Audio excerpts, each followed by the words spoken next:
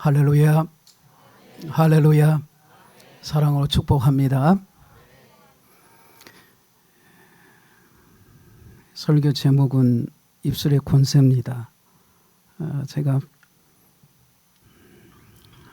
목회를 하면서 실제로 겪었던 일들, 그리고 제가 살아가지 못했던 부분도 있어서 회개하는 마음으로, 또 삶을 살아내야 할 부분이어서 평생 주님 부르실 때까지 이 입술의 권세를 하나님 자녀들에게 주셨는데 그 믿음의 입술을 사용치 못하고 불행에 빠진 이들이 너무 많다는데 충격적입니다. 우리가 건강한 몸이 되려면 건강한 음식을 먹어야죠.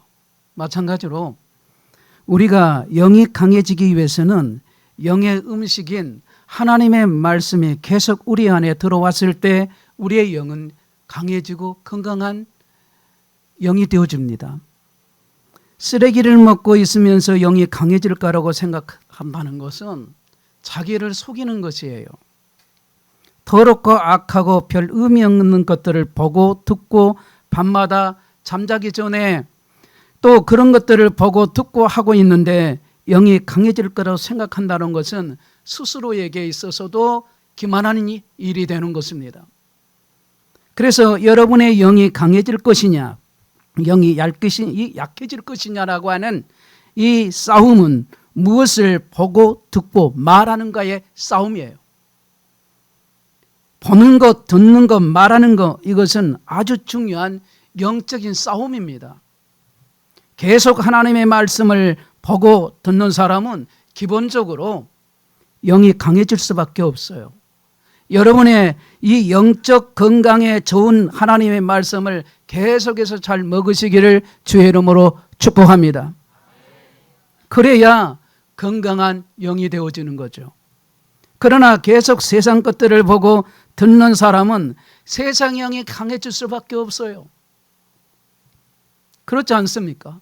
여러분, 우리 안에 들어온 것들이 소화가 돼서 내 몸을 이루듯이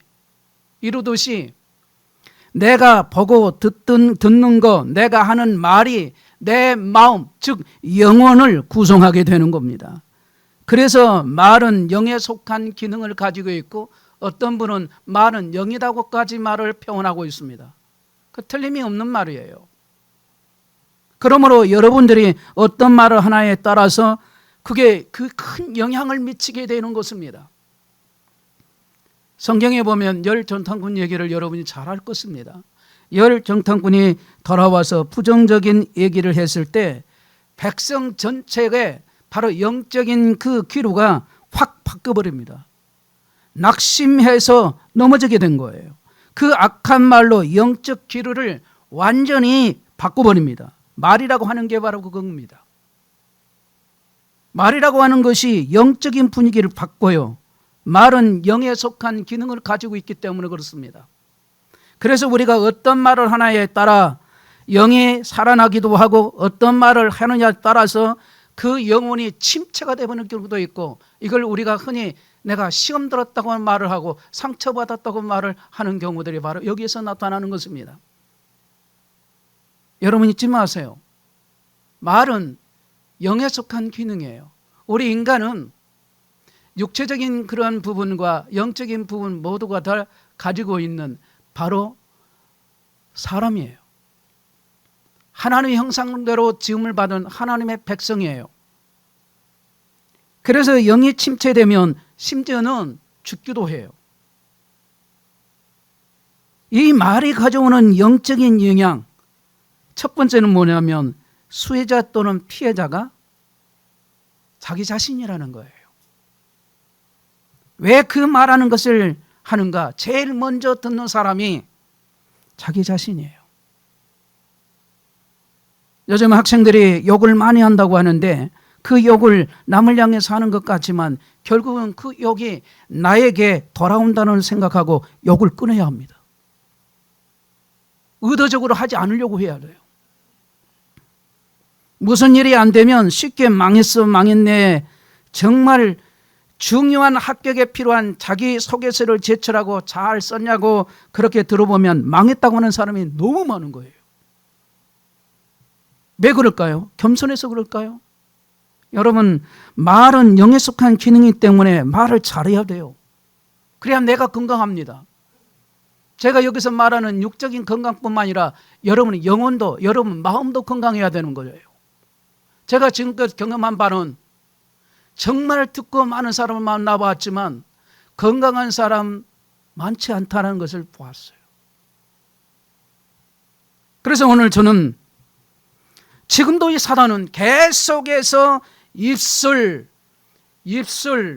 눈, 귀, 마음, 이 네 가지를 통해서 우리를 사단은 전략을 세워서 공격하고 있는 거예요.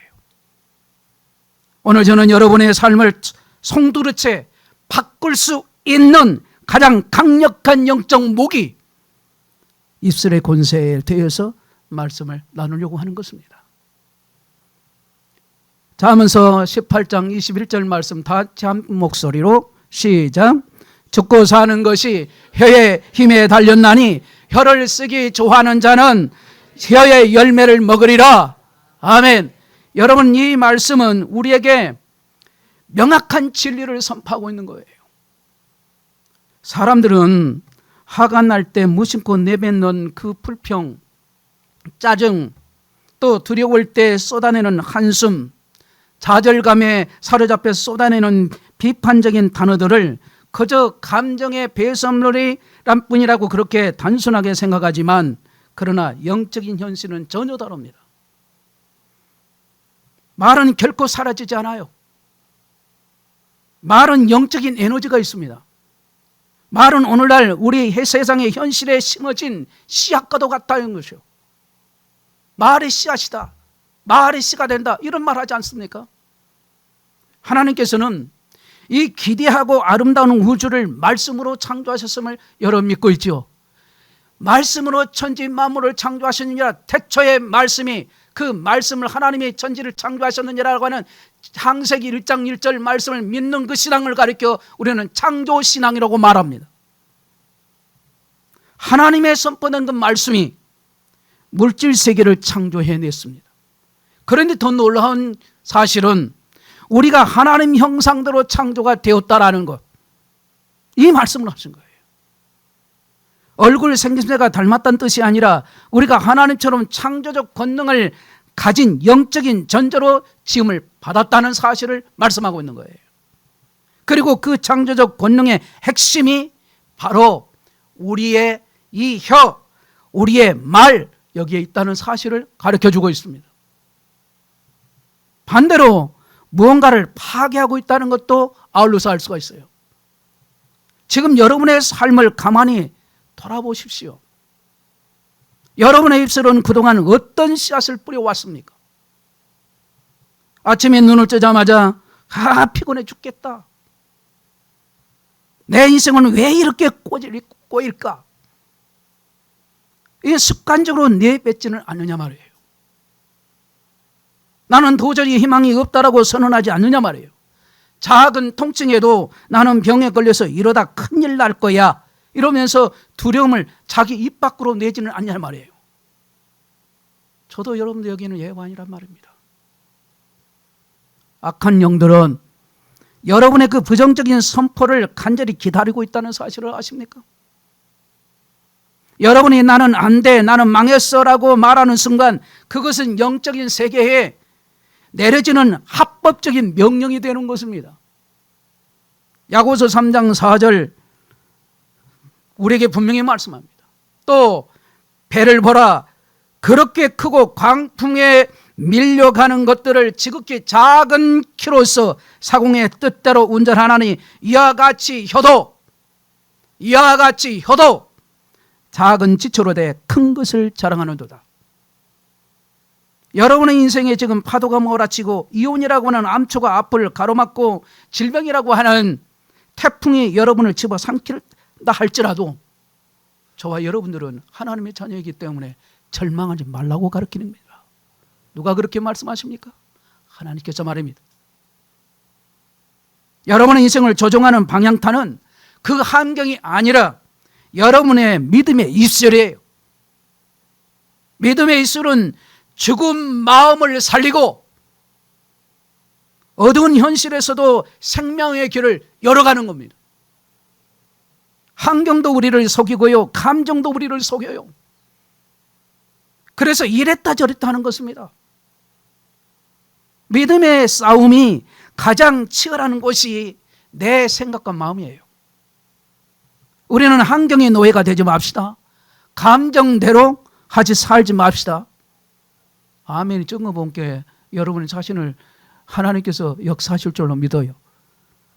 우리는 환경에 지배를 하고 다스리는 그 믿음의 말을 하도록 우리 각자에게 영권을 줬어요, 하나님께서. 입술의 언어를 바꾸는 것은 내 안에 계신 바로 성령님의 능력과 내 입술을 이치시키는 거룩한 영적 작업이에요.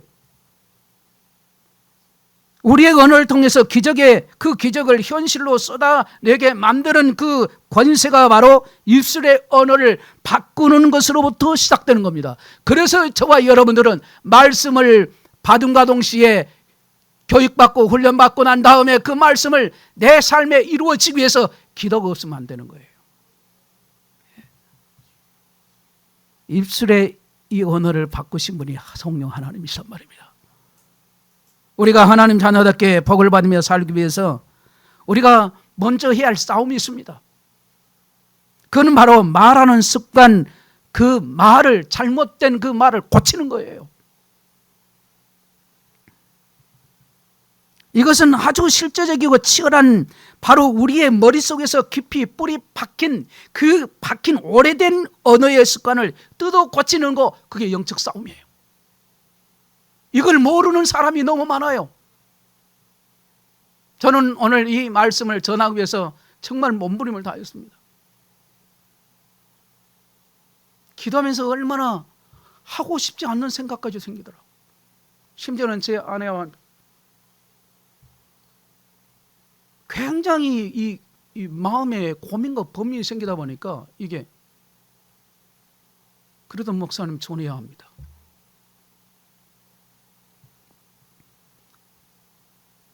왜냐하면 제가 살아낼 부분도 있지만 살아내지 못한 부분도 있고 현재 그런 싸움에서 승리해야 되는데, 제가 아시는 어느 목사님과 8년을 알고 지내신 분이 있어요. 그런데 이분이 어느 날 제가 뭐가 없다고 그랬어요. 돈이 좀 없다. 그렇다는 너무씩 그런 말을 하시더라고요. 목사님, 제가 지금 8년을 뵈면서 한 번도 그런 말씀 없이더니 목사님 그 얘기를 하세요 그러더라고요. 제가 그때 충격을 받았어요. 내가 정말 이렇게 하면 안 된다. 그래, 나도 모르게 그 말들이 막 나오는 거예요. 그러니까 이 말씀을 대언해야 되겠는데 이게 내 하나님 앞에 너무 죄송스러운 거예요. 하나님, 저 고치겠습니다. 제가 이 말을 하지 않으면 하나님이 저를, 여러분 저 뭐 자고 있을 것 같아요. 이거 잠자는 게 아니구나. 이 말의 입술의 권세를 하나님 주셨는데, 저는 말 훈련을 목자쌤과 3일 동안을 배우고 집중 말 훈련을 받고 그거를 우리 교회에서 실질적으로 하다가 그걸 중단해 버렸어요. 이 말이라는 이 사단의 역사, 이 영적 싸움이 얼마나 강하는지 그 말을 전하지 못하게 만들 정도로 그렇게 심각하게 받아들이죠. 이 오랫동안 뿌리에 박힌 오래된 언어의 습관을 뜯어 고치지 않고서는 안 되겠다. 어른이고 아이고 할 것 없이 모두에게 이런 모습을 보니까 너무 저에게 마음도 슬프게 되고, 저부터 하나님 용서해 주세요. 하나님 저를 회개하는 마음으로 말씀을 전하겠으니 역사해 주세요. 가정 안에서도 불화하면서 함부로 말을 하고 그 말 때문에 교회 예배 드린 일까지 아예 금해버리는 사람도 있어요. 여러분 출애굽기서에 보면 이스라엘 백성들은 이집트에서 40년 동안 노예 생활을 하다가 하나님의 기적으로 해방이 되었습니다. 그들은 분명한 자유인이에요. 그런데 그들의 결말이 어떻게 됐습니까? 여러분이 너무 잘 알잖아요. 출애굽 2세대의 이스라엘 백성들은 단 2명 여호수아와 갈렙, 여기만은 빼놓고 제외하고는 모두 다 광야에서 처참히 죽고 말았습니다. 도대체 무엇이 문제였을까요? 왜 하나님은 그토록 크신 기적을 베푸시고도 그들을 광야에서 엎드려져 죽게 하셨을까요? 민수기 14장 28절에 아주 두렵게 기록하고 있습니다. 하나님께서 이렇게 말씀하세요. 내 삶을 두고 맹세하노라. 너희 말이 내 귀에 들린 대로 내가 행하겠다는 말씀을 하세요.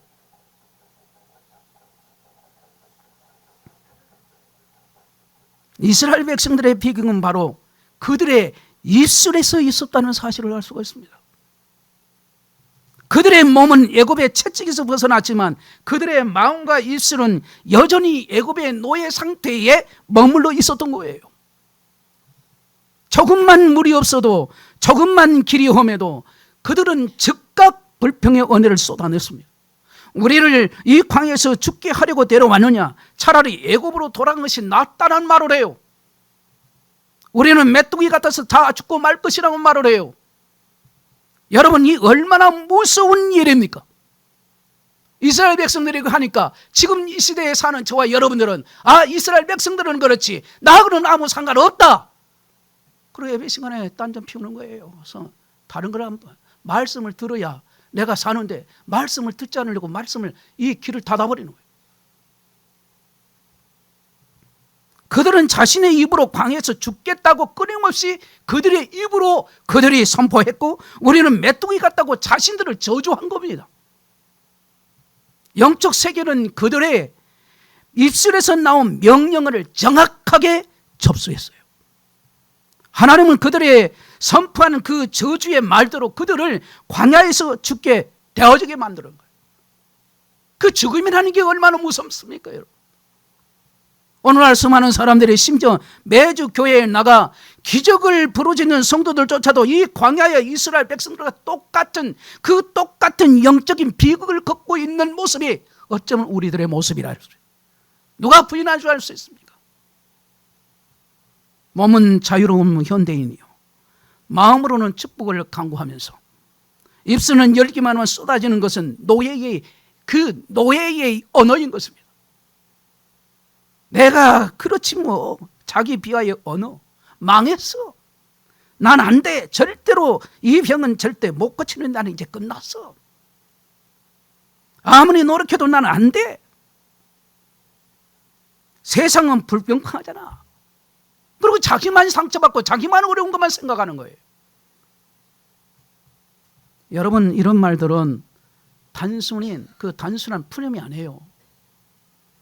이것은 보이지 않는 영적 세계의 악한 영들을 향해 나를 파괴해 주십시오라는 그런 말을 하고 있는 거예요. 스스로가 나를 실패하게 만들어 주어라고 합법적인 초대장을 날리는 것과 같은 그런 모습이란 말입니다.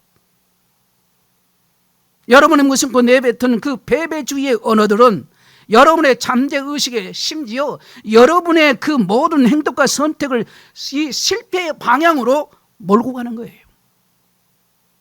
그래서 언어의 잘못된 습관, 이게 무서운 겁니다. 그런데 중요한 것은 그걸 모르는 거예요. 그걸 내가 모르는 거예요. 그러니까 성령의 도우심이 필요한 거예요. 어떤 사람은 맨날 아프고만 해요. 맨날 아프다고 그래요. 어떤 사람은 맨날 없다고만 해요. 그러나 괜찮다고 하는 사람은 괜찮은 삶을 살게 돼요. 이제 결단하셔야 돼요. 여러분 묻습니다. 기적을 원하십니까? 복된 인생의 삶을 살기를 원하십니까? 결단하시란 말이에요. 폭발적인 축복과 치유를 원하십니까? 그렇다면 가장 먼저 여러분이 현재 하고 있는 여러분의 입술에서 나오는 그 말, 이 입술에 묻은 이 노예의 언어, 이 언어, 죽음의 언어부터 철저하게 예수 그리스도의 보혈로 덮어야 되는 거예요. 씻어야 하고. 여러분의 뇌를 지배하고 있는 실패의 언어를 승리의 언어로 바꿔야 합니다. 어떻게 해야 할까요? 시편 141편 3절에 여호와여, 내 입에 파수꾼을 세우시고 내 입술의 문을 지키소서라는 이 기도처럼 말입니다. 여호와께 여러분의 입 앞에 파수꾼을 세워달라고, 여러분의 입술의 문을 지켜달라고 간구해야 한다는 말입니다. 분노가 치밀어 오르고 두려움이 엄습해서 부정적인 말에 혀 끝에까지 막 치르고 오르고 이빨을 이로 꽉 물고요, 깨물고 그 입이 입 밖으로 나가지 않는 걸 꼭 막으십시오. 속으로 생각하는 것과 입 밖으로 소리내서 말하는 것은 천지 차이예요. 차라리 침묵하십시오. 불평할 바에는 차라리 입 다무는 것이 영적으로는 100배나 더 낫습니다. 하지만 단지 입을 다물고 있는 것만으로는 부족해요. 마음을 말씀으로 채워야 합니다. 자신감이 바닥을 치고 세상에 여러분을 무시할 때 가슴 벌고 당당하게 하늘 향해 외쳐보란 말입니다. 내게 능력 주시니 하여서 내게 내가 모든 것을 할 수 있느니라. 처음에는 어색하기도 하고 또 여러분의 이성이 여러분을 비웃을 것입니다. 현실의 여러분을 억누를수록 여러분의 입술을 훈련시키는 이 과정은 결코 쉽지 않을 거란 말입니다. 믿음의 선포는 수십 년간 입어온 낡고 그 더러운 패배자의 옷을 벗어 던지고 왕같은 제사장의 에봇을 바로 입는 과정이에요. 그래서 이 혀를 길들이는 것은 맹수를 길드는 것보다 더 어렵다고 성경은 분명히 말씀합니다. 그러나 여러분이 매일 아침 눈을 뜨자마자 매일 밤 자리에 들기 전에 환경에 굴복하지 않고 오직 승리와 기적의 그 언어를만을 선택하여 선포할 때 영적인 세계에는 거대한 지각 변동이 일어나기 시작합니다. 이것이 오늘 저와 여러분 뿐만 포함해서 우리 교회도 저와 여러분 개개인에게도 이 지각 변동이 영적인 지각 변동이 일어나야 하는 것입니다. 어느 때까지 묵겠습니까? 다 늘어나죠. 지나서 오늘 이 말씀 듣는 이 자리에서 결단 내리고 가셔야 돼요. 하나님, 내 입에 파수꾼을 세워주시고 나를 지켜주세요. 이대로는 안 됩니다. 나는 저주 인생이 아닙니다. 하나님 사랑하는 하나님 필요한 사람 되겠으니 하나님 나를 세우신 분이 하나님이시니 하나님 나를 인도해 달라고 하는 기도가 필요한 거예요. 네? 여러분은 하나님의 형상대로 지음받은 창조의 입술을 다 가졌습니다. 나 다 잘 될 거야. 이렇게 막연한 이로나 나는 행복해라는 추상적인 자기 그 암시만을 한다 해서 그게 충분할까요? 절대로 그렇지 않습니다. 여러분 영적 세계는 막연한 희망사항에 응답하지 않습니다. 로마서 4장 17절을 보면 우리가 믿는 하나님이 어떤 분이신지에 대해서 아주 정확하게 묘사하고 있습니다. 그가 믿은 바 하나님은 죽은 자를 살리시며 없는 것을 있는 것으로 부르시는 이시니라. 하나님은 텅 빈 어둠 속에서 빛을 부르셨고 흙먼지 속에서 생명을 부르셨어요. 우리가 하나님의 형상대로 지음을 받았기 때문에 이 창조의 원리는 우리에게도 동일하게 적용됩니다. 여러분의 삶에 지금 무엇이 결핍되어 있습니까? 평안이 없습니까? 그렇다면 지금 눈앞에 없는 것을 보며 절망할 것이 아니라 여러분의 그 입술을 열어서 없는 것을 마치 이미 있는 것처럼 믿음으로 구체적으로 선포를 하십시오. 기도와 선포는 완벽하게 똑같습니다. 여러분의 기도의 언어가 예리하고 구체적이어야 돼요. 여러분은 이스라엘 백성들은요 소리를 작게 하고 크게 하고 근데 소리가 없이 그렇게 기도는 안 해요. 반드시 소리를 내든 반드시 부르짖든 이 기도를 유대인들은 반드시 그렇게 합니다. 왜냐하면 그들은 이 영적인 말이 영적인 기능이라는 것을 어느 민족보다 먼저 알았기 때문에 그들은 반드시 그래서 성경을 묵상한다 할 때 바로 읍조래요. 소리를 내서 읍조립니다. 기도를 할 때는 반드시 소리를 내요. 소리를 부르짖고 기도하면 하나님이 벙어리냐 그러면서 하는 그런 무식한 말을 하면 안 된단 말이에요. 알아야 돼요. 알려면 제대로 알아야 합니다. 만약 여러분이 질병과 싸우고 있다면 그것을 그저 낫게 해주세요. 울면서 매달린 것도 필요하지만 거기에 구체적으로 여러분의 영의 눈을 뜨고 십자가의 보혈을 바라보고 의사가 차트에 병명을 기록하듯이 아주 구체적으로 선포할 수 있는 그 모습이 중요함을 배워야 합니다. 나사렛 예수 그리스도를 명하노니 내 위장에 퍼져 있는 모든 암세포는 지금 즉시 성령의 불로 불에 타고 질지어다. 내 혈관을 타고 흐르는 모든 질병의 독소는 예수의 피로 깨끗하게 씻겨 내릴지어다. 너희 소화기관은 하나님이 처음 창조하신 그 완벽한 상태로 지금 이 순간 완전히 회복되었음을 선포하노라. 여러분은 지금 하나님의 자녀요, 하나님 나라의 상속자입니다. 당당히 구체적으로 나를 가난과 빛의 그 굴레에 올가미에 매는 그 가난한 그런 모습들, 하나님 나에게 이런 가난이 떠나갈지어다. 그렇게 외치지를 못한단 말이죠. 왜 선포하지 못하느냐 말이에요. 하라고 하시는 이 명령의 기도를 하지 않고 있는 거예요. 여러분, 우리는 벙어리가 아니에요. 하나님 아버지, 이번 달 말까지 제가 갚아야 할 이자와 은금이 기적적인 방법으로 채워질 것을 믿고 감사합니다. 저의 수많은 목회의 시간들 속에 경험한 경험담이에요. 어려운 역경 속에도 단 한 번도 카드값에 연체된 적도 없었고,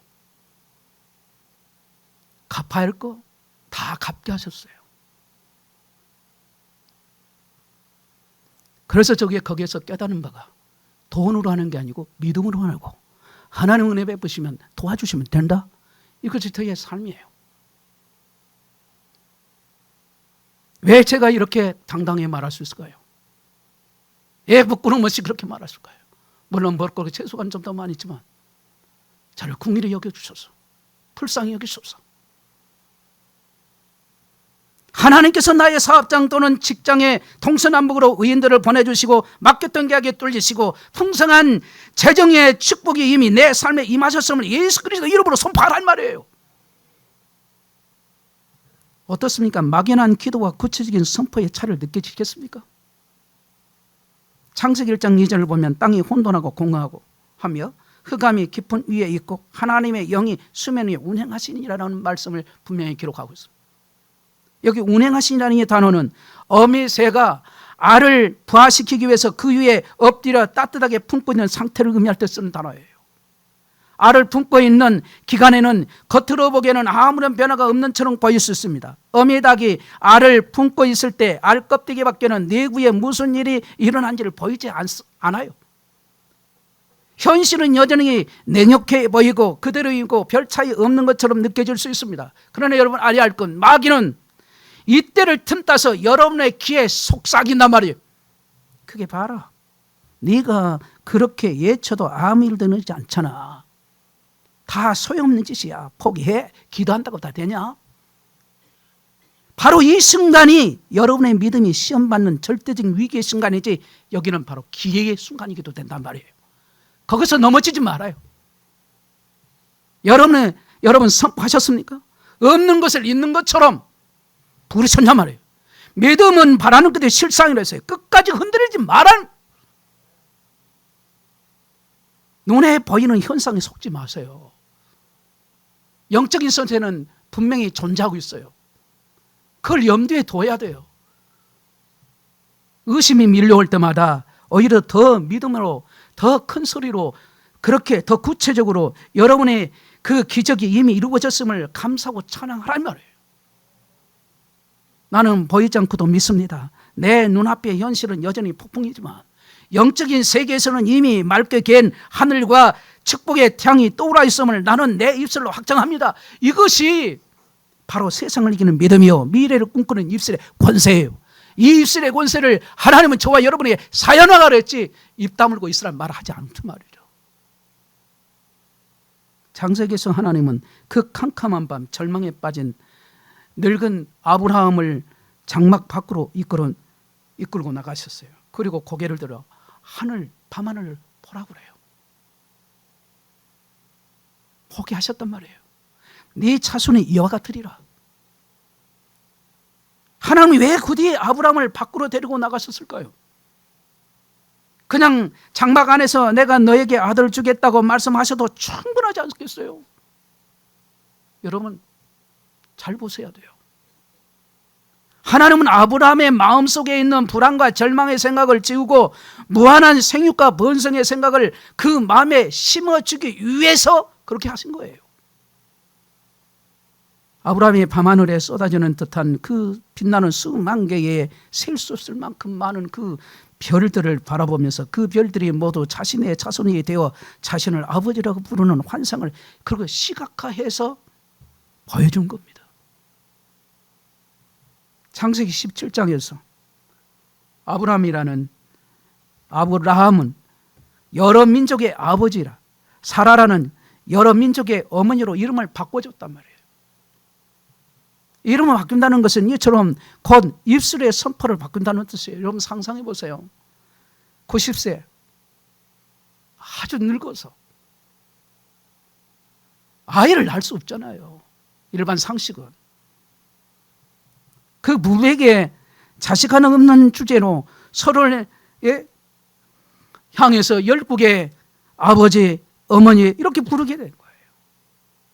아브라함이 마음속으로 밤하늘의 별을 바라보며 입술로는 끊임없이 나는 12개의 아버지라 선포했을 때, 할 때 그 마음의 생각과 입술의 고백에 거대한 영적인 해오바람이 일어나는 거예요. 일으킨 거예요. 그리고 마침내 100세가 되던 해 죽을 것 같았던 사라의 태에서 생명의 기적인 이삭이 태어나는 거예요. 할렐루야. 이것이 바로 마음에 바라는 그림과 입술의 열매가 하나가 됐을 때 나타나는 믿음의 폭발력이라 표현할 수 있는 거예요. 여러분의 하나님의 은혜로 하나님께서 주신 이 믿음이라는 것이 결코 작다 할 필요가 없게요. 무시할 일이 아니에요. 믿음의 유력이라는 것은 대단한 것입니다. 상상을 초월해요. 하나님 주시는 그 믿음을 하찮게 여기지 마세요. 이단 설교자 찰스 스펄전은 이렇게 말했습니다. 믿음의 눈은 칠흑 같은 어둠 속에서도 아침을 보며, 믿음의 입술은 전투가 시작되기 전에 승리의 노래를 부른다. 이렇게 표현하셨어요. 여러분 지금 여러분의 입술에서는 아브람처럼 눈에 보이는 증거가 전혀 없을지라도 마음의 환상을 붙들고 승리의 행진곡을 부르고 그렇게 말을 사용하십니까? 그냥 사실적인 부분만 속상하면 속상한다고 입으로 발설하고 짜증나면 짜증난다고 말하고 짜증나 그러고 막 성기려고 하고, 이게 가정 안에서 얼마나 많이 합니까? 가정뿐만 아니라 아주 여러분 혼자 있을 때는 아주 제가 구체적으로 말할 수 없겠지만 이게 저와 여러분의 모습이라면 우리 다 바뀝시다. 나는 바꿀 수 없어서 성령 하나님 터치하시면 바꿔줘요. 하나님이 바뀌신다는데 안 바뀔 사람은 누가 있냐 말이에요. 그 믿음의 유력이 우리에게 있는데 말이에요. 그러나 빛이 강할수록 어둠의 지형도 강한 법이에요. 여러분의 믿음으로 충만해서 가난과 질병, 식배를 향한 승리를 선포하고 나면 내일 아침 눈을 떴을 때 즉각적으로 평화가 찾아옵니까? 아니에요. 오히려 정반대의 일이 벌어질 확률이 높습니다. 여러분이 나는 건강하다고 하고 선포했을 때 다음날 뼈가 아주 끊어질 듯 나고 더 통증이 더 유발하고 극심한 통증이 찾아올 수도 있어요. 여러분이 나는 부유하다, 내 빚은 청산되었다고 했었는데 며칠 뒤에 더 큰 그에게 독적장이 딱 날아올 수도 있단 말이죠. 내 가정은 천국이다 선포했는데 배우자가 평소보다 더 심하게 다투고 집안이 아주 발칵 뒤집혀져 버려요. 여러분 생선 가는 곳에 고양이가 따라오고 은혜 받는 뒤에 반드시 마귀의 역사가 있다는 사실을 기억하십시오. 이런 상황이 벌어진다면 대부분의 사람들은 충격에 빠져요. 목사님 제가 믿음으로 기도하고 선포했는데 왜 이런 상황이 더 악화되는 것입니까? 목사님이 기도해 주는데 아니 통증은 더 아프는 몸은 더 아프고. 제가 꽤 오래전에 이번 성함은 제가 말하지 않겠습니다. 암병에 걸려가지고 치료를 받았어요. 치료하는데 병원에 찾아가서 집사람하고 병원에 치료받고 근데 수술이 안 될 것 같은데 수술이 잘 됐어요. 그럼에도 두려워 떠는 거예요. 찾아가서 계속 말씀으로 권면하고 기도하고 우리 성도들과 같이 함께하고 또 성도들에게 말해서 함께 기도하고, 그런데 역사가 일어났어요. 지금 그 사람은 다 치료되어서 잘 살고 있어요. 우리 교회는 떠났지만 말이에요. 그분은 그걸 모를 수도 있어요. 그러면 기도하는 사람은 알 수 있단 말이죠. 하나님 역사하는 것을 알잖아요.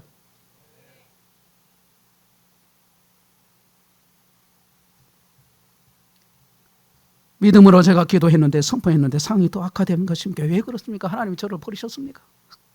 아니면 이 모든 영적인 원리가 다 거짓말입니다 라고 절박한 나락으로 그냥 떨어져 버려요. 그리고 다시 과거의 패배주의적인 그 입술도 돌아가 버립니다. 여러분 결코 속지 마세요. 상황이 일시적으로 더 악화되는 것, 그것은 여러분의 기도가 실패했다는 증거가 아닙니다. 절대 우리의 기도는 실패가 아니에요. 하지만 이보다 더 무섭고 본질적인 이유가 있어요. 그것은 바로 눈에 보이지 않는 공중 권세에 잡은 자, 즉 사단 마귀의 영적인 반격이 있다는 사실을 아셔야 된단 말이에요. 마귀는 뿌리 달린 괴물의 모습으로 나타나지 않습니다. 마귀의 주특기는 바로 여러분의 환경과 현실을 조작을 해서 여러분의 이성 논리를 자극해서 의심의 도가산을 막 쏟아내버리는 거예요. 쏟아버리는, 막 쏴버리는 거예요. 네가 진짜 치료받았다면 왜 네 그 몸이 그토록 아픈 것이냐? 아주 맹렬하게 의심을 막 집어줍니다. 가까운 사람들의 입술을 통해서도 공격해요. 여기서 눈에 보이는 현실에 극복해가지고 역시 안 되겠구나 그러고서 입술을 여는 순간 품고 있던 기적의 그 말들은 산산조각이 되고 맙니다. 이런 일들이 교회 안에서 우리들의 생활 속에 너무 많이 일어나는 거예요. 제가 여러분에게 얘기하지만 저의 모습도 그런 모습이 있었단 말이에요. 환경이 동치고 마귀가 조종할 때 나도 당장 포기하고 싶은 마음이 꿀뚝같이 생길 때 우리는 어떻게 견뎌내야 할까요? 영적 전쟁에서 우리의 유일한 공격 무기는 바로 에베소서 6장에 기록된 성령의 검, 곧 하나님의 말씀이에요. 성령의 감동을 통해서 내 심장에 붙여오고 내 입술을 통해서 화라선처럼 품어나오는 살아있는 하나님의 말씀으로 사단과 싸워서 대결해야 됩니다. 싸우란 말이에요. 싸워요. 사단과 싸우라 했지 집에서 매다없이 그냥 싸우고 그러지 말라고요. 분내가지고 서로 싸우고 그러지 말라고요. 예? 질병의 고통이 밤새 여러분을 괴롭히고 너를 죽일 것이다 그렇게 두려움이 엄습할 때 신음만 하지 마세요. 벌떡 일어나 성경을 펴고 여러분의 귀에 들리도록 큰 소리로 사단아 물러가라. 내 몸에 통증한 너는 거짓말이야. 그리고 말씀을 크게 읽고 선포하고 성경에 기록되어 있으되 그가 채찍에 맞으므로 내가 나음을 입었느니라. 나의 세포 하나하나에 예수의 피가 흐르고 있다. 병마의 영아 예수 이름이 망하노니 내 몸에서 떠나갈지어다. 눈밖에 그 눈앞에 캄캄해졌을 때 절망하지 말라는 말이에요. 기록되었으되 여호와는 나의 목자시니 내게 부족함이 없으리로다.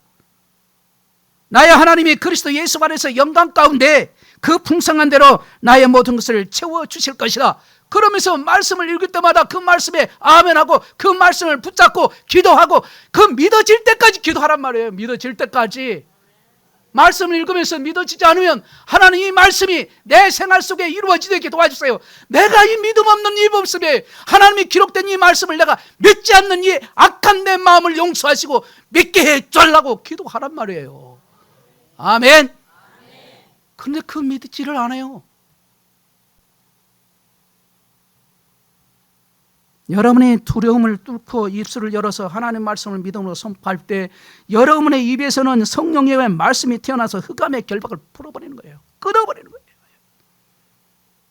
밤이 깊도록 새벽에 가까운 법이잖아요. 환경이 제약으로 치닫고 있다면 그것은 기적이 문 앞에 도달했다는 신호예요. 마귀의 마지막 발악에 속아서 넘어가지 말란 말이에요. 뒤로 물러서면 침륜에 빠질 뻔해요. 그래서 조급함은 이 조급함이라는 게 있어요. 이 조급함은 믿음의 가장 큰 어떻게 보면 적이에요. 적. 그래서 조급하지 마세요. 기다림이라는 것은 인간의 뼈를 깎는 고통이에요. 이 고통스러운 시간을 우리는 어떻게 견뎌냅니까? 무작정 이빨을 깍 밀고 아직 깍 다물고 버티는 겁니까? 그게 아니에요. 빌립보 4장 6절에 말씀하십니다. 아무것도 염려하지 말고 다만 모든 일에 기도와 간구로 너희 구할 것을 감사함으로 하나님께 아뢰라. 감사함으로 하나님께 아뢰라. 이 말씀이 무슨 말씀입니까? 이 받은 줄을 믿고 찬양하고 감사하는 거예요. 감사가 먼저예요. 그 감사할 때 찬양이 나온 거 아니겠어요? 여러분을 위해서 다른 말이 나오면 안 되는 거예요. 입술로 감사가 나오고 입술로 찬양이 나오고, 내 삶의 형편은 지금 절망할 수밖에 없다 할지라도 지금 내가 변화가, 지금 기도하고 있으니까 언젠가는 하나님께서 이루어질 것이라 말씀을 마음판에 새기고 그 말씀이 이루어질 때까지, 그런데 그 말씀을 접어버리고 지금 심었는데 거두기 전에 열매가, 그 싹이 나고 나무가 나가지고 싹이 나고 나무가 자라서 열매까지 나와야 그걸 내가 따먹을 텐데, 나오기도 전에 지금 땅속에 묻혀서 지금 기다리고 있는 중인데 나오기도 전에 자기가 그냥 내나 기도했다가 자기가 자기 입으로 다 쏟아붓는 거예요. 이미 받은 줄로 믿으라고 했잖아요. 조건 없는 미리 드리는 감사는요, 하늘 보좌를 흔드는 가장 강력한 파동이에요. 우리 성도들 중에도 미리 감사하신 분들이 있더라고요. 저는 그거를 볼 때 얼마나 감동이 돼요. 하나님, 미리 감사했습니다.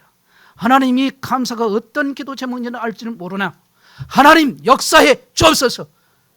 믿음으로 드린 이 애물이, 이 감사의 제목이 이루어져야 그 이루어지는 것으로 인하여 하나님의 영광을 받으십니다. 역사에 주세요. 이렇게 기도한 것이 낫습니까? 그냥 기도 안 하고 가만히 있는 것이 낫습니까? 당연히 기도해야 낫잖아요. 훨씬 더 나은 거예요. 강력한 영적인 파동이 있다는 걸 명심하세요. 여러분, 바울과 실라를 보세요. 그들은 억울하게 매를 맞고 빌보 감옥, 그것도 깊은 지하 감옥에 갇혔어요. 온몸이 피투성이가 되고 발에는 무거운 착구가 채워 있습니다. 현실은 절대 절망이에요. 그러나 그들은 그 캄캄한 밤중에 원망하지 않았습니다. 그렇게 매를 맞고 억울한 일을 당했는데 그들의, 저는 성경을 보면서 정말 감동이 되고, 이렇게 이 믿음처럼 되게 해달라고 기도를 해요. 예? 소리 높여서 하나님께 찬양을 하고 있는 거예요. 그들이 감옥 안에서 찬양에 그 터뜨릴 때 무슨 일이 났습니까? 갑자기 큰 지진이 나서 옥토가 움직이고 문이 열리고, 문이고 다 열리고 모든 사람이 다 풀어져 버리는, 아주 그냥 부서져 버리잖아요. 네? 여러분이 고난의 항복판에 응답이 지연되는 캄캄한 터널 속에서 하나님을 찬양할 때 마귀는 혼비백성 도망칩니다. 저를 한번 봐주세요. 여러분, 사단이, 마귀는 존재해요. 존재한단 말이에요. 저는 그걸 경험해냈어요. 실제 경험을. 지금은 어떻게 하냐면 교묘하게 지금은 공격을 해요. 벽에 나타난 게 아니에요. 예? 이 마귀가 가장 두려워한 것은 환경이 최악인데도 불구하고 무너지지 않고 절대적인 그 평안 속에서 찬양하는, 노래하는 그리스도인들의 그 모습 때문에 그들이 혼비백산하는 거예요. 가장 두려워하는 거예요. 그러니까 여러분이 믿음으로 선포하고 믿음으로 기도했을 때는 가장 두려워한 것이 사단이에요. 도망치는 거예요. 한 길로 갔다가 7길로 도망가 버리는 거예요. 많은 성도들이 교회에서 설교를 들을 때는 가슴에 불타오릅니다. 아멘, 할렐루야, 나는 기적의 주인공이다. 눈물 흘리면서 막 결단해요. 그 순간만큼은 당장이라도 산을 옮길 만큼 강한 그 같은 믿음이 막 충만해집니다. 그런데 월요일 아침 밝아오고 치열한 그 삶의 현장으로 돌아가면 그 뜨거웠던 주일날 은혜 받았던 그 믿음은 아침 안개처럼 순식간에 증발해버리고 말아요. 그리고 주일날 오면 하나님 또 죄 지었으니 용서해 주옵소서. 그렇고 기도를 해요. 다시 예전처럼 아휴 죽겠다, 안 했다, 그래 안 된다 그러면서 불평 원망의 노예로 다시 돌아가 버려요. 왜 이런 일이 일어난 것입니까? 우리의 육체와 잠재 의식은 지난 수십 년 동안 철저하게 부정적인 언어의 그 패배주의에 길들어 왔습니다. 여러분의 뇌신경 이 세포 하나하나에 너는 가난하다, 너는 병들었다, 세상은 불공평하다, 나는 억울해, 수백만 아주 수백만 그런 반복해서 머릿속에다가 돌처럼 다 새겨놓고 있는 거예요. 애들이고 어른이고 할 것 없이 다 거기에 저도 다 포함되어 있잖아요. 단 한 번의 은혜로운 기도나 며칠간의 긍정적인 선포만으로 그 거대한 부정의 그런 신경망을 완전히 끊어낼 수는 없단 말이에요. 오직 믿음의 선포가 특별한 행동이 아니라 그 숨을 쉬고 밥을 먹는 것 같은 자연스러운 행동이 되어져야 하는, 계속해서 지속적으로 한 번 기도하고 한 번 은혜 받고 충만하다가 그 지속적으로 하지 않으면, 그렇게 이러면 쉽게 사단이 놔둘 줄 아세요? 하루의 영적 주도권은 아침에 눈을 뜨는 첫 5분 거기에 결정돼요. 하나님 오늘도 좋은 날입니다. 저 좀 따라합시다. 저 좀 따라하세요. 하나님 오늘도 좋은 날입니다. 오늘도 저와 함께 해 주십시오. 그 믿음의 선포가 말대로 되는 거예요. 대부분의 사람들은 눈을 뜨자마자 무엇을 합니까? 핸드폰 집어 딱 놓고, 그리고 뉴스 보고, 살인, 전쟁, 경제위기, 끊지만 사건, 사고, 아침부터 온갖 더러운 쓰레기를 내 속으로 다 쏟아 넣습니다. 뿐만 아니라 예배 드리면서도 그런 일을 자행하고 있는 악한 모습들이, 그걸 빨리 버려야 되는데 말입니다. 어떤 사람은 눈을 뜨자마자 어제 있었던 골치 아픈 일을 떠올리면서 한숨부터 쉽니다. 이거는 마귀에게 하루의 운전대를 쉽게 넘겨줘 버린 거랑 똑같은 거예요. 하나님이 인도하시고 성령 하나님의 인도 속에서 말씀 붙잡고 하루를 승리하기 위해서 그렇게 무릎 꿇고 해야 될 텐데, 그 핸드폰 보고 그렇게 해야 돼. 지금 하루의 운전대를 지금 하나님 전능하신 하나님께 맡길 것이냐, 아니면 사탄에게 나의 것을 그냥 내 던져버릴 것이냐 말이에요. 여러분 결정하세요. 또 하루를 마치고 자는 동안에도 여러분의 잠재의식을 성령께 맡기는 기도를 하세요. 핸드폰만 보다가 그대로 잠들지 마시고요. 만약 여러분의 걱정과 근심, 분노와 원망을 품고 잠자리에 든다면 여러분이 잠자는 시간 8시간 마귀는 여러분의 잠재의식 속에 절망의 짐을 거기서 경건히 지어버리는 거예요. 침대는 잠만 자는 곳이 아닙니다. 침대는 하루 동안 묻은 세상의 먼지를 털어내고 그 에너지를 충전하는 거룩한 지성소예요. 잠자리에 눕기 전에 하루 동안 지은 죄나 누군가를 향한 미움이 있다면 예수님의 그 십자가 앞에 내려놓고 철저히 회개하고 용서를 구해야 한단 말이에요. 그리고 불을 끄고 눈을 감은 뒤에 여러분이 그토록 간절히 바라는 기적의 병이 다 나아서 기뻐하는 모습, 사업이 성공하여서 하나님께 영광 돌리고 그리고 하나님께 복원 드리는 그 모습, 탕자 같은 자녀가 돌아와 눈물로 포옹하는 모습, 그 평안함과 기쁨의 감정을 안고 잠에 빠지란 말입니다. 너희가 평안히 눕고 자기도 하리니 나를 완전히 살게 하신 이는 오직 여호와의 신이라. 성경은 분명히 우리에게 말씀하세요. 기적이 가장 시급하고 필요한 모든 상을 위해, 인생의 계획서 위에 자기 자신을 축복하며 믿음으로 예수 이름으로 선포하는 겁니다. 그건 누가 대신해 주는 게 아니라 여러분 각자가 해야 될 일이에요. 행동으로 옮기면 기적은 일어나요. 왜냐하면 하나님이 저와 여러분을 쓰셔서 영광을 받으시길 원하시니까. 눈물로 억지린 얼룩진 가족 사진 위에다가 날마다 믿음으로 손을 얹으세요. 제가 오래전에 여러 번 말을 해서도 좀 반복해드려 이해하십시오.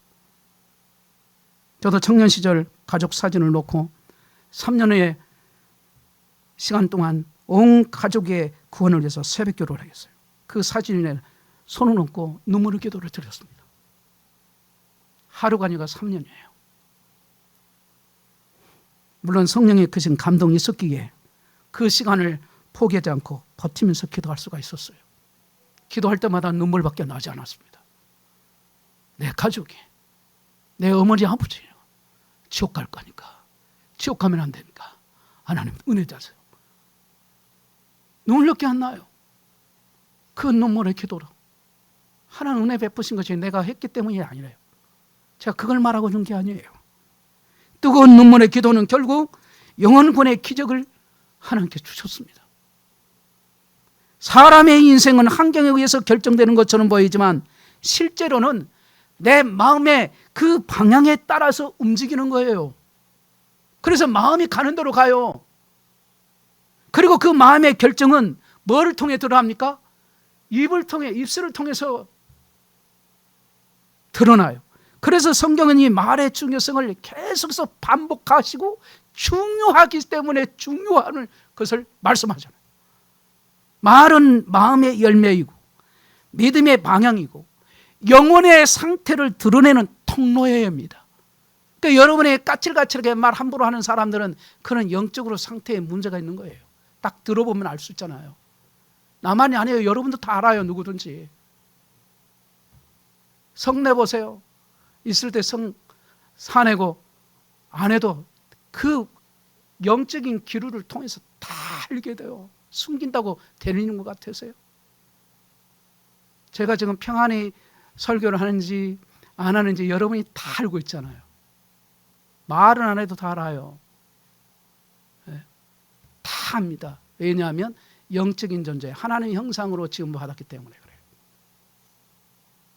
누구나 누구에게 어떤 도움을 받을까를 생각하고 살면 결국 남의 도움에 의존하는 그런 처지가 되고, 누구를 어떻게 도와야 할까를 생각하고 살면 어느새 남을 돕고 사는 형편이 되어지는 거예요. 성숙의 결정은, 성숙의 절정은, 발음도 잘해야겠네요. 성숙의 절정은 바로 혀를 다스리는 데부터 와요. 생각과 마음을 지키는 것도 혀에 달렸고, 가정과 나라를 지키는 것도 혀에 달렸어요. 여러분, 그것을 지금 전쟁이 일어나고 있잖아요. 지금 전쟁하고 있잖아요. 전 세계 저쪽, 제가 말하지 않아도 알잖아요. 미국, 이란, 그 옆에 동네 다 그 말 한 대 보세요. 어떻게 된가. 전부 칼날이잖아요. 작은 키가 배로 움직이던 새치어가 세상을 움직여요. 더러운 말을 하다가 더러워지고, 음란한 말을 하다가 음란해지고, 폭력적인 말을 하다가 폭력적이 되는 거예요. 나는 내가 말하는 수준의 사람이 되는 겁니다. 그 말을 통해서 내 믿음이 지금 드러나게 돼 있어요. 이제는 망했다. 내가 망했다는데 누가 나를 돕겠습니까? 내 입으로 망했다는데 누가 돕겠어요? 여러분 같으면 돕겠습니까? 새로운 기회다. 새로운 출발하는 사람에게는 누군가의 도움의 손길을 내밀어요. 도움을 받고 못 받고는 내 말에 달려있다. 이것도 과언이 아니에요. 하나님께서는 그 말을 보고 계신단 말이에요. 어떤 말을 한가를. 진심이 담기지 않는 말은 다 소음이에요. 날아온 돌에 몸이 다치고 날아온 말에는 영혼이 상해요. 피하는 것이 상책이지만 피할 수 없다면, 다쳤다면 몸의 상처는 약과 수술이 필요하잖아요. 그러나 영혼의 상처는 위로와 격려가 필요한 겁니다. 내 앞에서 남을 헌담하는 사람이 남들 앞에서 내 얘기를 좋게 하겠습니까? 같이 헌담할 때는 아주 좋아요. 헌담할 때 안 좋습니까? 남 죽을 때 헌담 시간 간지 모르게 해요. 그런데 그 하고 난 다음에는 어떤가요? 기분이 좋아요? 기분이 좋다는 거냐? 이건 아주 강한 양심이 없는 사람이. 헌담하면 할수록 자기의 유익이 되잖아요. 그 사람이 다른 곳마다 오해가 생기고 균열이 생기니 그의 열심은 오히려 독이 되는 거예요. 누군가를 나쁘게 말하는 것보다 나의 못남을 드러내는 것이 없고, 그 못난 일에 맞장구 치는 것보다 더 못난 일도 없는데, 돌이켜보니 숱한 날이 그렇게 살았구나. 제 모습입니다. 회개한 마음이 생겨요. 감사가 입버릇처럼 되면 감사일이 버릇처럼 따르고, 불평이 입버릇 되면 불평한 일이 버릇처럼 따릅니다. 믿음으로 선포하는 입버릇이 인생의 갈림길이에요. 현재의 암담한 상황이 여러분의 입술을 지배하게 두지 마시고 믿음의 선포를 통해서 그 상을 뒤집으시라. 영적 세계에서 우리의 말은 단순한 어떤 의사소통의 도구만이 아니에요. 그것은 보이지 않는 세계에서 기적을 끌어당기는 현실을 만들어내는 강력한 창조의 무기예요.